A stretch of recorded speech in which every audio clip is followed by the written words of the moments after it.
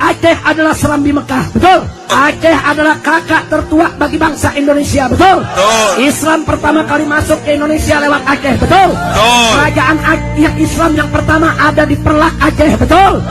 Betul. Betul.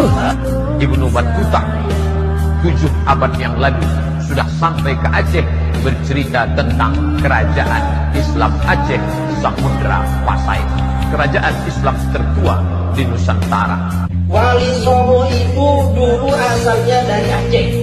Kerajaan Majapahit yang telah rusak mengundang Maulana Malik Ibrahim, seorang ulama yang sangat alim dan terkenal di kerajaan Pasai. Begitu merdeka, Indonesia belum punya kapal terbang. Yang pertama kali beli siapa?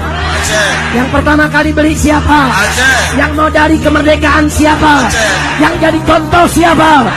Takbir. Lewat masa Belanda, masuk masa Jepang. Siapa yang pertama kali melakukan perlawanan terhadap Jepang? Tuh, pemuda pesantren Cotpring di Aceh, pimpinan Tengku Abdul Jalil.